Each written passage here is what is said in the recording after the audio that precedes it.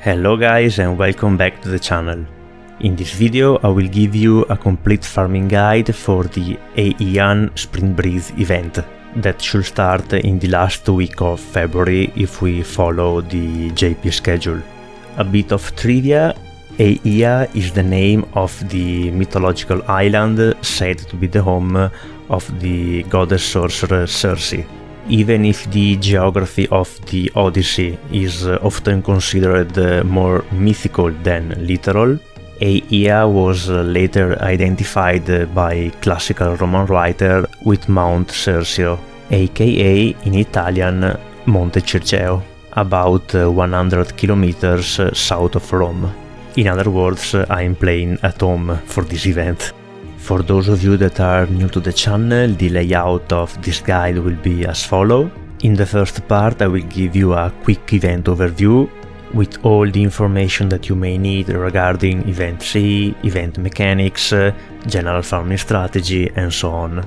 In the second part I will give you the actual farming composition for the best free quest nodes.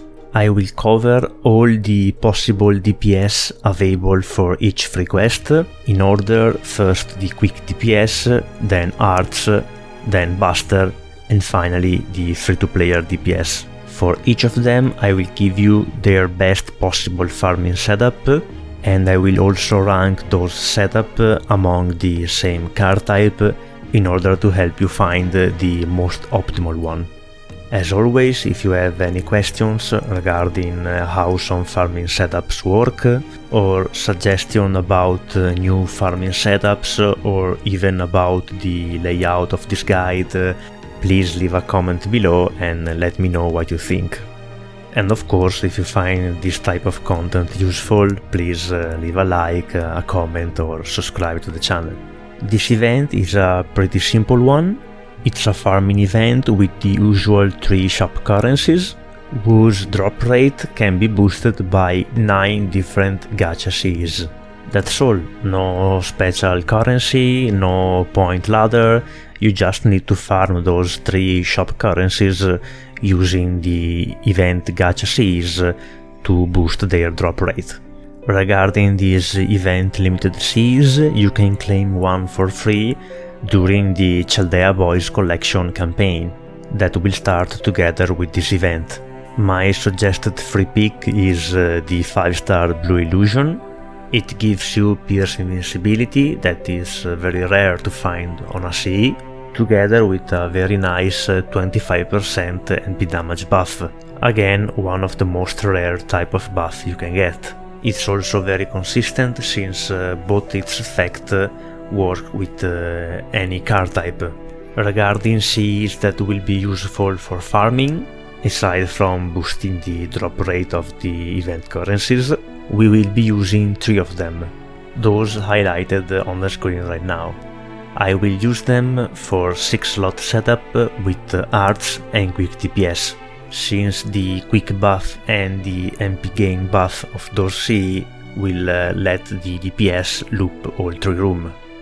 The only special mechanics of this event is the extra damage of Odysseus and all male servants. Specifically, Odysseus will get double damage for this event, while all male servants will get 50% extra damage. This last one will also be applied to those servants with unknown gender listed on the screen right now.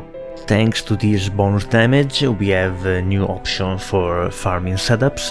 For example, some quick and arts looping setup will be cheaper than usual, thanks to the overkill given by the event damage bonus. Furthermore, some brand new compositions are available that use a secondary DPS that previously didn't reach high enough damage to clear a specific wave.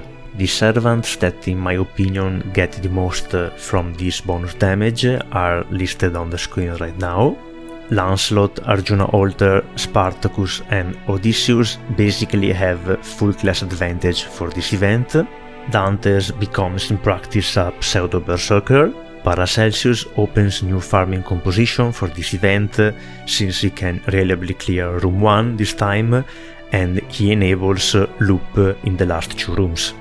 Finally, both Arash and Gong will be even more consistent, helping both free-to-player setups and Buster setups. The general farming strategy is as standard as you can get. After completing the main quests that unlock daily, you can farm the latest free quests in order to burn your daily AP. As always, don't use Apple yet, wait for the best free quest nodes in the last days of the event. Those nodes are the serving free quests. These are the ones that you'll farm to clear the event shop. Small serving is the best bronze node, regular serving is the best silver node, large serving is the best gold node, and another serving is the best mixed node. Aside from the event currencies, there are also some notable materials that can be farmed, even if their drop rate is lower than the available free quest outside of the event. Fragment of a Twinkling Star is the latest gold mat, so chances are that you don't have many of them. For silver mat, Arrowhead of Malice is pretty recent too, we got it during Lost Well 4. And finally, of course, you always need a lot of bronze mats like Mystic Gunpowder and Fool's Chains. If we disregard the materials dropped in each free quest and focus only on the event currencies, then you can do this simple check to decide if you need to farm only the last mixed node or separately all the 3 single nodes. First, calculate your drop bonus for a specific event currency. It's a +1 for each event CE boosting that currency, or +2 if it's mostly broken. Remember to include in this calculation even the CE from the supports. Then you'll need to multiply this number by 2 and then subtract 2. If your total drop bonus for all of the event currencies is higher than this number, then the mixed node is the most optimal one AP wise. If you want a visual aid, you can check the screen right now.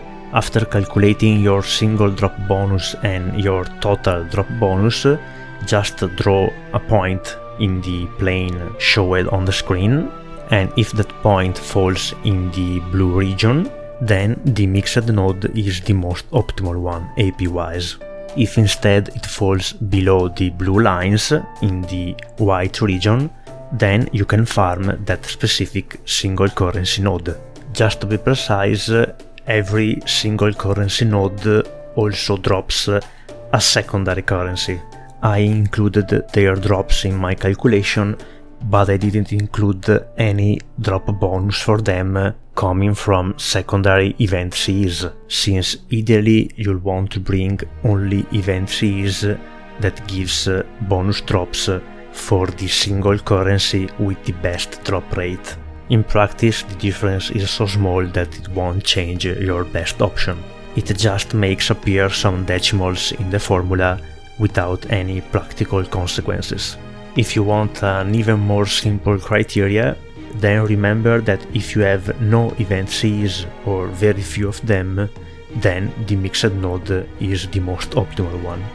As always, I conclude this first part of the video with some farming tips and with the assumption that I've used in my calculation for the second part of this video. In addition, if you want to know how I ranked the different farming composition, you can check the screen right now. I always prioritize the event drop bonus, then the starting P-Charge CE required for that specific composition, followed by the rarity of the servants used, including their limited or permanent status, and finally the damage. I will now leave you to the second part of this video featuring the actual farming composition. If you have found this content useful, please let me know in some way, leaving a like, a comment or subscribing to the channel. In any case, thank you very much for watching and I will see you next time. Bye bye.